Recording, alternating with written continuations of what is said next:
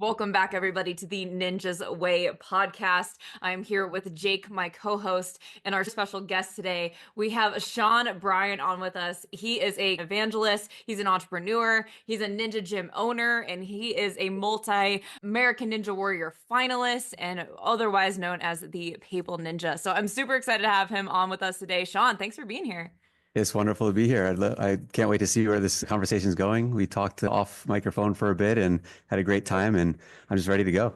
Awesome, sweet. So let's just start off here. Sean, give me the backstory. Why are you investing your time, efforts, talents into the ninja industry? Wow. You go right to the heart there. I just fall into things. A quick way to answer that is I'm passionate about it, number one. Number two, I just found myself there. My story, the quick story would be went from gymnastics to joined the seminary, for lack of a better term, to wanting to get back into athletics. And I saw a previous teammate of mine on Ninja Warrior, and I thought, oh, that would be really cool to try. And then there was a Ninja gym at the time. There weren't many in the country. There was one within a half hour of me, and I went there. Everyone was really cool in the community. I just loved the vibe. I wanted to get back into into sports, something gymnastics-y, I guess you could say. And it was definitely down that alley without it being too specialized. And the veterans on the show, Bryan being the primary one, but also Alan Keneally, helped me navigate the application process. And producers wanted me on, and the rest is history. I just fell in love with it. I wanted to train harder. I wanted to build my own gym in order to do that. Initially, building my own gym was actually just for high elite athletes that live in our area that want access to a great facility. And somehow we stumbled upon making a very large, full-scale gym. That's the quick version. Yeah. And if you guys have not been to Traverse Fitness, it is unlike any ninja gym I've been to, and I've been to quite a few of them these days. But yeah, it is an elite training facility. They got a 50-foot salmon ladder all the way to the rafters and some very cool stuff there. And I got to spend some time with you guys in San Francisco a couple weeks ago. And something that really stood out to me about you was just that you're just so generous with your time, the resources that you have. You're really giving to other people. And so, what influences in your life got you to being that person? Wow. Again, you just hit real hard with the questions. I think I'll answer simply first, and maybe we could dive deeper into it. Everyone is unique and irrepeatable, and everyone has a unique purpose in life. And I think most people throughout most of their life is just striving to grasp the good that's before them, and they end up finding that purpose, sometimes hard to put into words. And for me, I take it more moment to moment and see what is most true, most beautiful, most good.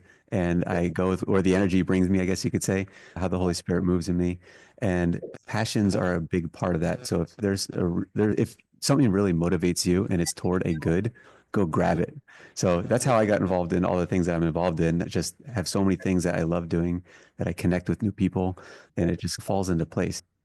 Build on that a little bit in regards to obviously the ninja spoke to you, but how's that tie in with your faith as well?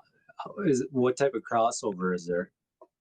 Yeah, there's both explicit and implicit crossover. For me, to be very transparent, it was more implicit at first, and then I saw the what I would call providence involved in that. So I hold that since God is omniscient, all-knowing, and all-powerful, He puts people and circumstances in place in order for us to know and love Him more.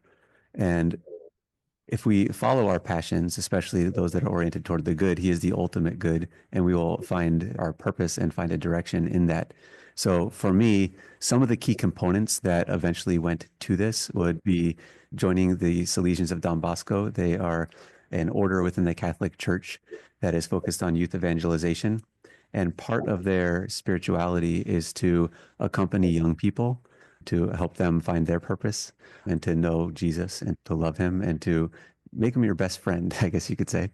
And that has within it a notion that you're supposed to love what they love so that they love what you love. And who I love is Jesus. Oftentimes, sports are at the heart of ministry for youth. And oftentimes, like other recreational things, because you love what they love, because there is a true good in that.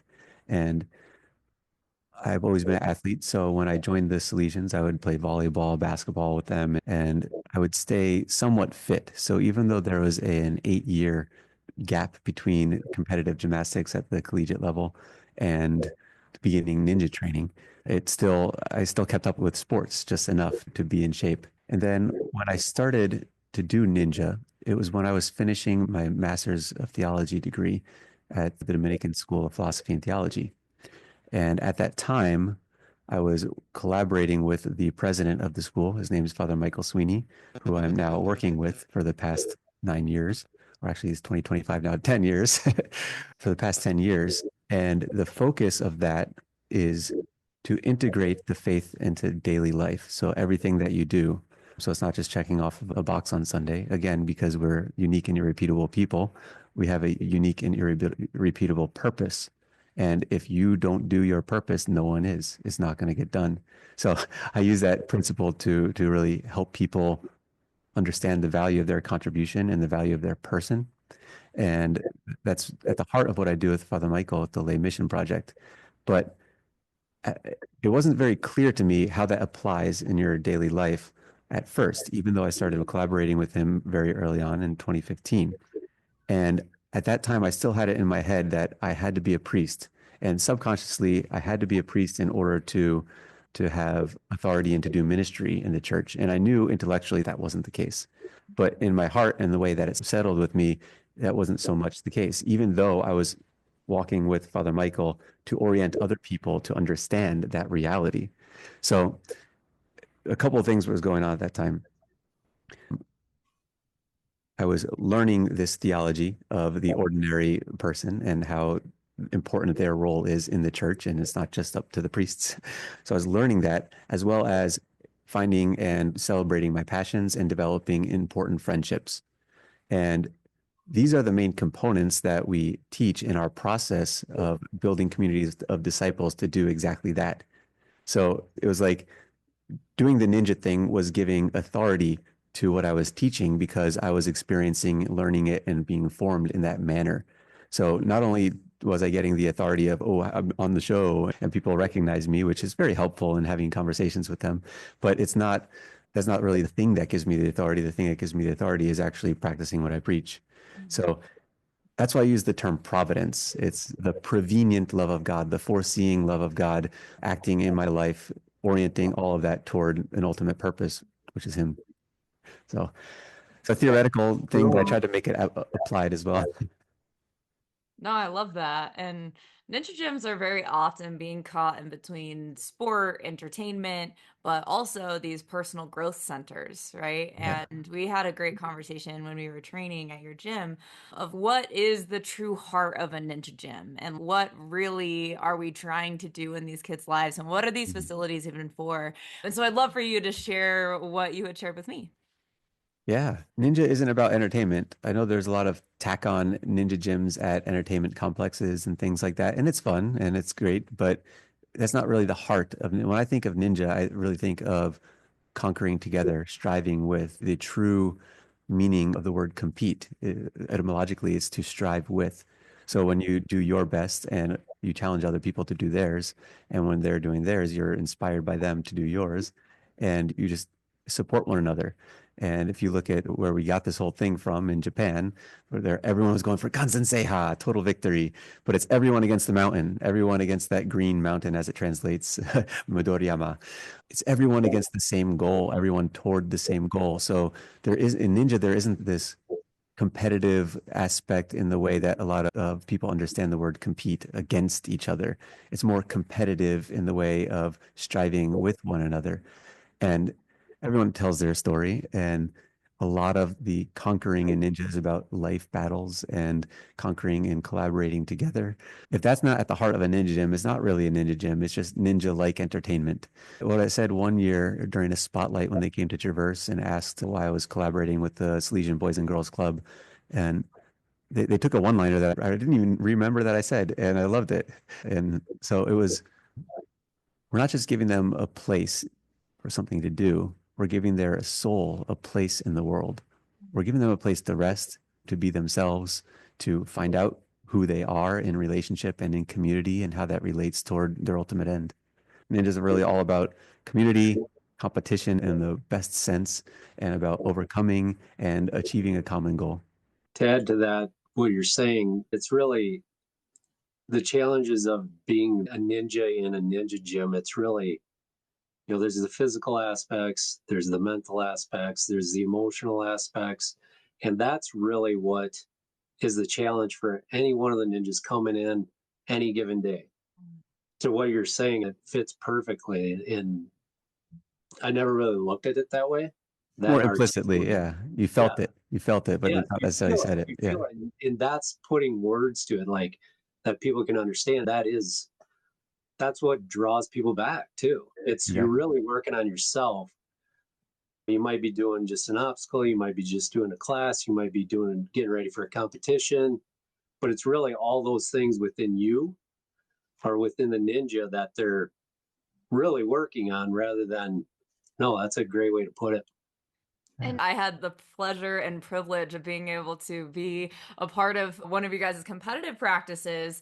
And they have a whole section, multiple sections that are just focused on the developmental, holistic teaching of the athlete. Like you guys do these huddles and you talk about the mindset, and we talk about how to be a good competitor and the nuances of these things. And I just thought it was so cool that it was evident there in the class, in the structure, like how to actionably play this out to holistically develop an athlete within the sport. And it was so cool to just see that in play in your guys' gym. So I loved seeing that. Yeah, and you added and contributed to that too. You mind sharing what you were talking about? Yeah. When you're invited to talk at the end, Yeah, the I confidence. had the privilege to get in and be a part of this huddle, and part of something that I feel really passionate about bringing to the industry is integrating life skills into the actual programming of the classes and what we do and how do we implement this, and taking things that are culture pieces of the gym and teaching them directly. So how do we define, I was teaching on confidence. How do we define confidence? How do we allow kids to learn what it is and how they play it out? And so we got to have an awesome conversation around what they thought confidence was and how they played it out in the gym and outside of the gym. And we do mantras, which was like, confidence is belief in myself, right? And we had all these kids screaming at the top of their lungs that they believed confidence was the belief in themselves. And this is something that I love to see played out into the ninja gym. And I love helping people with this. I think what you were helping them do was apply concepts to their actual experience. What I do with the Lay Mission Project is essentially formation or forming hearts. And likewise at a ninja gym, anything culturally, we're formed by our culture to some degree. But especially if there's an intentionality to that in a ninja gym, what really works well is community and applied theory.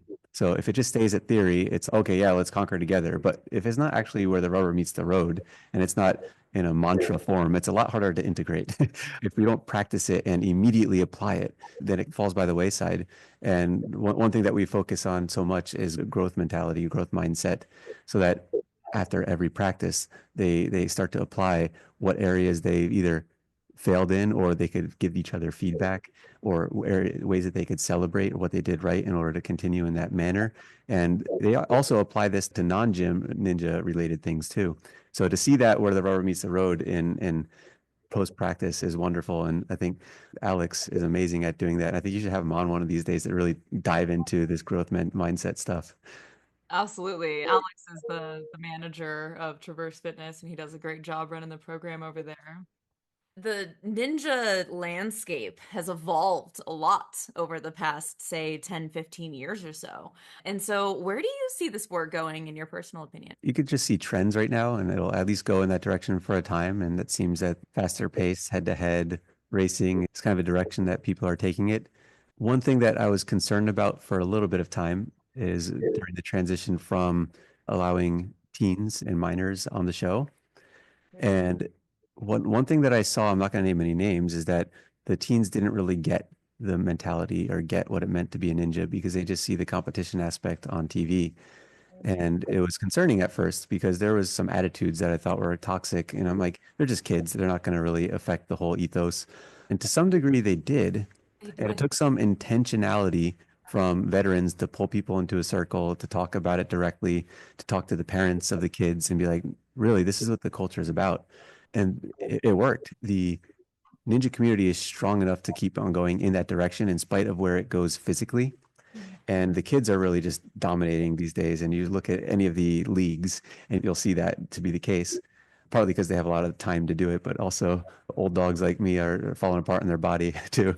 But yeah, I do see it going in a direction, physically at least, toward racing. We see that in OCR 100 meter, yeah, in the, I think it's 65 meter for the Olympics that's coming up with the UIPM modern pentathlon. New formats that are popping up in leagues that are more race oriented. It's a little cheaper as well to put together competitions with fast-paced obstacles. They're not as complex or technical of obstacles, but you also see more, I guess you could say, holistic approach to ninja in some of the leagues. NSC, where yeah, they have the speed part, but that's only one, like a quarter of the obstacles, that the obstacle courses that they race. So I don't think we're ever going to see the technical or the really fun, challenging things go away and the slower paced things. But I do appreciate the fast paced things that are, it's a trajectory where a lot of leagues are taking it. Yeah. No, you said something there at the beginning of that, how where the sport has really where it came from and where it's at now, it's really morphed into the sport. And from that aspect, to your point of it changed the culture of what ninja is. And part of that is the, having those younger athletes now compete in on the show and whatnot. They lowered the age. You said something and it hit with me. Those are our first generation full ninjas. They've been Oh yeah. training ninja their entire life. Yeah. And They're like the how ones who define it as a sport. yes, Yeah. exactly. And to your point, that did change it. They are looking at it, they need to win. Like it's Mhm. all about winning. And not saying they all think like it, but that's where the culture, that's what it's came to, is that component of the sport to be the best. Yeah. And that does change the culture. And to your point, some of those things are not necessarily a positive change for the overall sport and or the community. Yeah, I think as long as there's leagues that are strong, that have an aspect up to it where you sometimes don't beat the course when you win, where you're just beating everyone else. I think that's what initially led to we're in it together, striving for the same goal. But also, I think the community themselves, if there are curricula that's developed at ninja gyms, especially the ones that have franchises, if there's that sort of thing being taught everywhere, I think it'll stay in a positive direction, not just about competing against each other. I also like a lot of the team dynamic things that are going on. That's been a thing for a while, even though actually in the leagues, the teams started before teams on any sort of show. And that was all just fun stuff. And I think that a lot of the team competition is just fun, even though it's head to head, but it also has a different, unique dynamic of working together, striving together. And in that same realm is 10 years ago, 12 years ago, there wasn't ninja gyms. It like wasn't Yeah. really a thing. Now there's a thousand times more ninja gyms than there was even 10 years ago. And with that, that competitive component, some of that, how it's turned into a sport and how territorial or what do you call it, tribal ninja gyms themselves can be, that trickles down into the membership base and that it's us against that gym or it's us against that gym. That's not a healthy culture to continue to grow the community or grow the sport of ninja. That's why me being a gym owner, and you've seen it too. Yeah, you're competition, but you're not necessarily competition. Like we haven't even scratched the surface on where this sport can go. Yeah. Let's not pretend that we own this whole tri-state area. There could be 50 more ninja gyms open, and it wouldn't even it wouldn't change it that much. It wouldn't change our business that much. It'll make it So better. Yeah. yes, it would be for the betterment of the sport. And so in that same realm, it's where the sport or the entertainment aspect of it is turned into the sport. And now gyms are tribal and territorial. It's slow down. We can all coexist and build the community. Now, I'm not saying we all have to intermingle our memberships and all that. I'm just saying we don't have to be combative.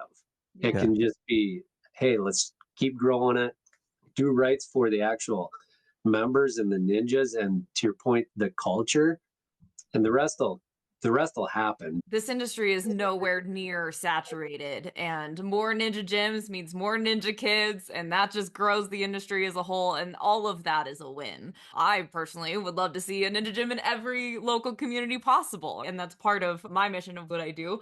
But I do want to hit back on something that you had said around there was some older people in the industry that talked to some of the youth and said, hey, this is really what this is all about, like a course correction of this culture. So I'm curious, like, what advice would you have for younger athletes that are in the sport right now that they're trying to balance the competitive aspect and also them just developing as a human being, right? So what advice would you have from them with their years of experience being a competitor on the show?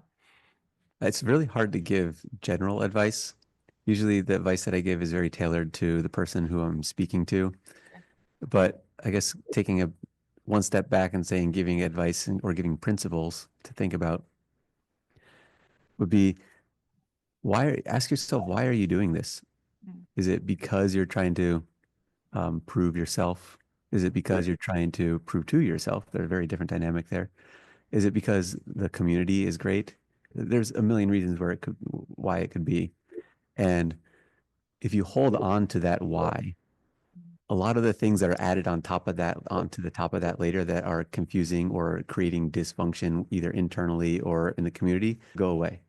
So if you know your why, that really helps with getting rid of what a common friend of ours calls dross, all the things that are on top of the true self that are either added there because of wanting to identify a certain way, fall in a certain group.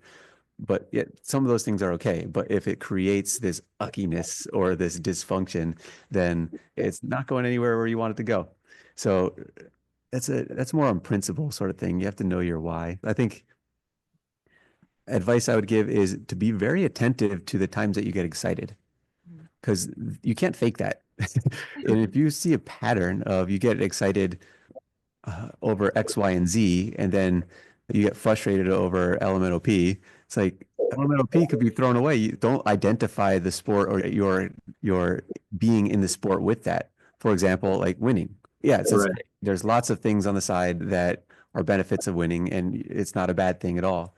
But if you create your identity, your ego around this perception of you have to win, or can it be more about you have to improve, or you have to do your best or stay committed enough to not be able to be upset with yourself? Like, it's really hard to have people come to this on their own. That's why we need to accompany the young people to see the value of these things because kids, teenagers, even adults, they're not used to making room for reconsidering things, to repent, or to the word contemplate, contemplum, is with a lot of space. So if we actually create space to think about things, a lot of this dysfunction goes away. If we're like, yeah, that's really not a big deal. Oh, yeah, I got worked up over that, whatever. I could apologize or I could just let that go. I guess another piece of general advice on top of that first one would just be know your why, but also be attentive to what you're passionate about and perhaps why you're passionate about it. I love that. That hits hard for adults too.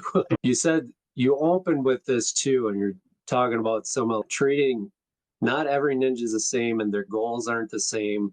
The meaning of what they're doing isn't the same.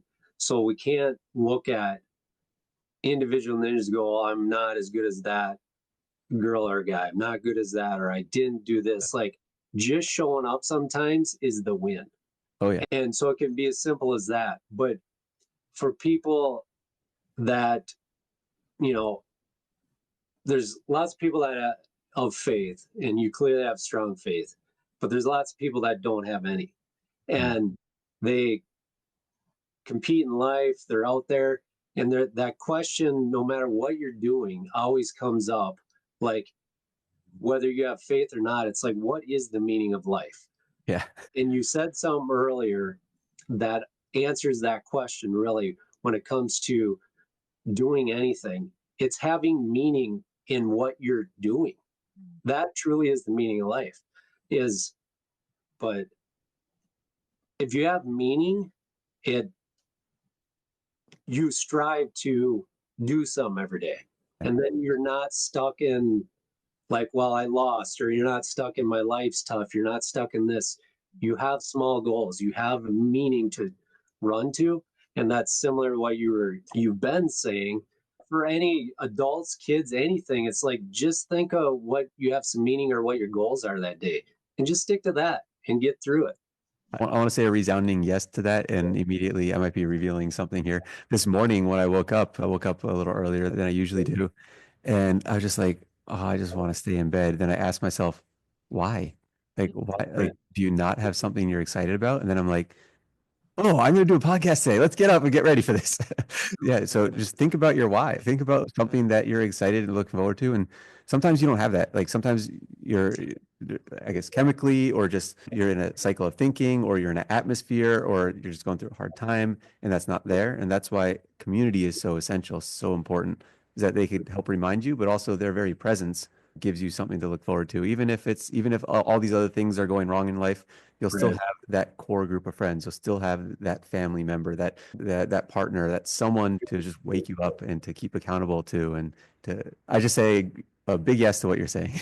Yeah, no, and that's kind of what I wanted to get out there is this doesn't have to be, it literally does tie back to faith, but for anybody, it's always I'm lost. Whether you're on a ninja course or you're sitting in traffic or you're depressed, find some with meaning that's meaningful to you and just strive for that. It's like that's simple sometimes. We hear a lot about identity in today's culture. What do you wish young athletes of faith would better understand about having an identity in Christ, especially in such a performance-driven world? There's a lot. I'll just share the first thing that came to mind when you said it, and I don't know why. Maybe the Spirit's moving in me, maybe not. Sure. Um, the devil is tricky. The devil is the king of lies. And oftentimes I've seen and I've been tempted by the identity, even as a Christian, to change what that means, to start politicizing the faith, to start ideologizing it, Yeah. to it turns into an ism, like a faith fideism rather than actual faith. And what I mean by that is the thought, the ideology, the theology, the brand, I guess you could say, somehow sneaks above the reality of what is. Mm. And the brand becomes more important than the encounter. And the ideology comes more, for some dysfunctional reason, becomes more about self. Mm. And the ideology it gets in the way of relationship and encounter. So anyone who is publicly Christian or publicly, even not even faith aside, if someone publicly professes to be oriented toward the good in a very particular brand identity, how does that really resonate in your daily life and you're encountering each person that you encounter that day? So I'd say always be on the lookout for the tail of the devil in all that you do, the little clues of, oh, I got to rethink this, got to repent. So the word repent means to rethink, to think again.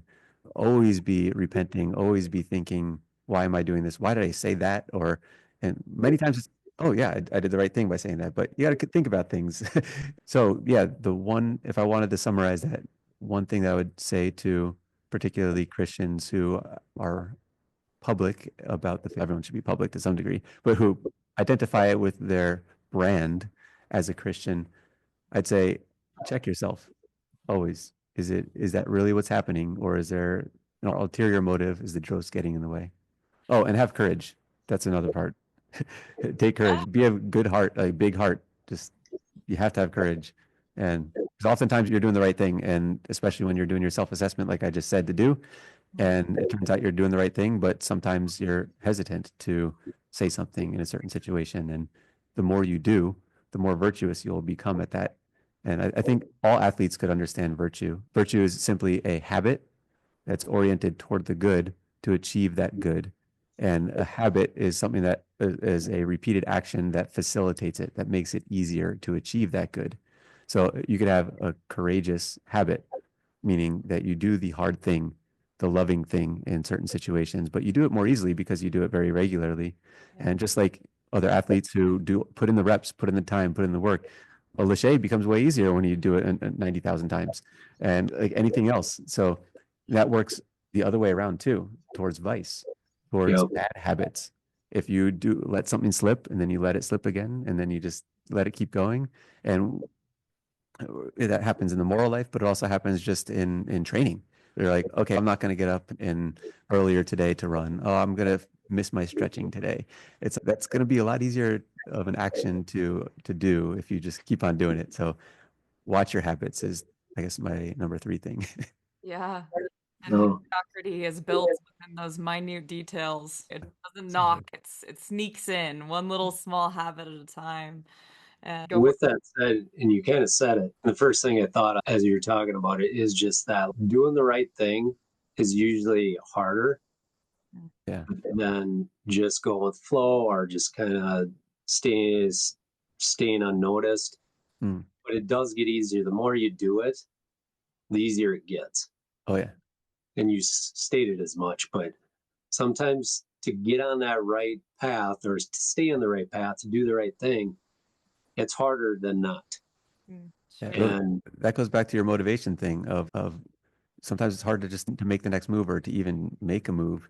A yeah, lot of that could be chemical imbalance, but oftentimes that chemical imbalance might happen because of habits.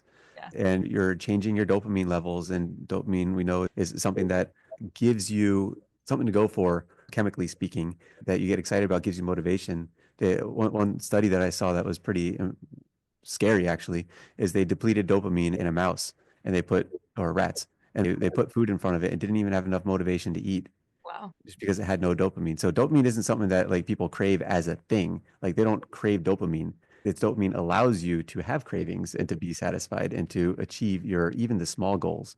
wow, So sleep is the huge part of that. We could redo our chemical yeah, composition with sleep. Eating is a huge part of that. People don't really realize that. And eating affects habits, and eating affects mood, and eating affects all sorts of things. Yeah. I don't even know where this came from, but yeah, I agree too. no, that's. I mean, you segued right into a perfect training tip, and Yeah. this is what I see with ninjas in our gym. Don't overtrain. Like you don't have to be doing obstacles every day to get your body strong. You also need the rest, need the recovery. That makes you stronger, not just doing 1,000 pull-ups a day. That's a perfect example. Your body needs time to regenerate and rebuild.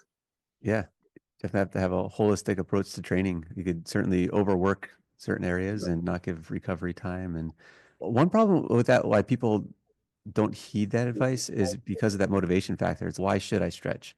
Or why should I do active recovery? Why do I want to get in a cold plunge? Like it's all these whys. The other Why? part too is like they're 10 to 16-year-olds. Yeah. They're not Yeah. like, Their oh, when we body get could handle older, it. yeah, Overtraining for them when we is get older, we're like, yeah, I need uh, 6 rest days. yeah, But no, for definitely when you hit our age, it's yeah, you need a yeah, lot more rest days and you need yeah, more, I guess, attention to detail in a training plan. But right. but Exactly. but it goes back to habit though. If I know kids who had coaches who really drilled into their head the importance of flexibility, and they have a lot less problems when they're older. Mhm. Kids who had huge focus on basic training, just do a perfect handstand, make sure that every angle is correct, and you're having this shoulder push, and then later on anything that they learn has a perfect flowy turn to it because they have a perfect basics. So Yeah. there's it's hard sometimes to get young people to understand the value of particular disciplines. Mm. So the discipline of learning discipline is the hardest and most important, I should say, thing to inculcate at a young age. So the discipline of discipline. Sometimes they just have to trust and they'll eventually see why in the future. As you're speaking that out, it's very apparent to me working with a lot of ninja gyms and the coaches that are in these facilities can be completely life changing and impactful for an individual to have a coach to instill these kinds of things into them. And Mhm. something that I think is maybe a little overlooked sometimes is that these coaches themselves, many of them are kids, right? Many of Mm. them are 15, 16 years old. This is probably their very first job that they've ever had into a ninja gym, right? And as like leaders in management who are maybe in a little bit of an older age bracket, trying to help illuminate these things for these younger kids to see the kind of impact that they're going to have on them and the kids that they teach, right? And trying to set a good example that allows these kids to thrive, to be that shining example for the kids that they teach and that they can really impact their lives. And if you're a Ninja Gym owner listening to this, I hope that you take away that there is so much to be given to your younger staff. And sometimes it's not just about, I don't really get Gen Z, or I can't really relate Right. to these kids, but they're the ones that are going to be setting the example that can really truly impact the kids and the members that are in your facilities. But it comes from these coaches, and most of the time these coaches, they're kids themselves, and they need somebody to be able to teach them those things too. Yeah. Sean, so my favorite question is, what does ninja mean to you? I'm going to speak a little abstract first, but then I'm going to get personal. We touched on it. Ninja to me really means community. It means striving in a way that is with others toward a common goal. It's certainly related to the sport of ninja, meaning obstacle courses, and in particular, a certain kind of subset of obstacle course racing. At the personal level, what I often tell people in talks that I give, especially in the Catholic environment, is that if you think about what a ninja is in general, is that you think of before the sport, what did ninja mean? It was like samurais kind of stuff, right? It was specialized warriors that had certain skills to very skillfully accomplish the goal of the master, what the master sent them out to do on mission. So when I give talks, especially in the Catholic realm, it means apostle. It means you have certain gifts, talents, charisms of the Holy Spirit given to you to help accomplish the mission of the church, the mission of your master. And the mission is very unique. Your aspect, your goal in the mission, should you accept it, is very tailored to who you are as a person. So for me personally, I can't really put it into words what being a ninja means to me, but it is part of my vocation, my calling. And that is certainly something that I do that no one else can do. And not just because, oh, I'm Papal Ninja, obviously I'm important. No, it's because that the same thing is common for everyone. So for you as a ninja, all the ninjas out there, there's something that only you can accomplish in the world. It doesn't have to be grand. Oftentimes it is, or the significance is always grand, but it might not be valued that way to society.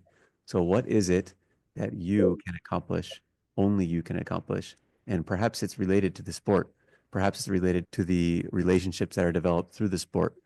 Perhaps it has nothing to do with the sport, but you love doing it and it's a great thing and you're going to touch people's lives along the way too. So for me, personally, being a ninja is very much wrapped up in my identity. And hopefully it's not the dross side of the identity like we talked about earlier. Hopefully it's at the very core related to my mission. So what are your goals? What is your focus? And a ninja uses those skills, those disciplines learned through the physical exercises as well, because we're learning the discipline of being disciplined to that physicality. How do we apply that to our true self, our inner self, our spiritual life, our relationships, our ways in which we have spheres of influence in the world? Being a ninja, how do you accomplish this unique mission given to you by our creator? It's good stuff, man. That was like so resonated with me personally. But Sean, thank you so much for sharing with us today, giving us your insight. I think that there was so much here for listeners to take out of it. How can people get connected with you? The easiest way is through Instagram at Papal Ninja. That's definitely the easiest way. You could go to laymission.net if you're interested in what I do with forming intentional disciples and communities of disciples with a unique purpose in the world. That's laymission.net, LAYMISSION.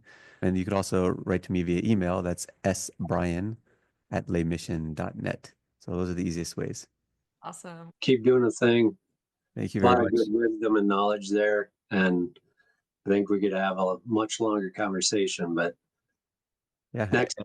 Any other time, let me know when you want to chat. Let's do Great it. stuff.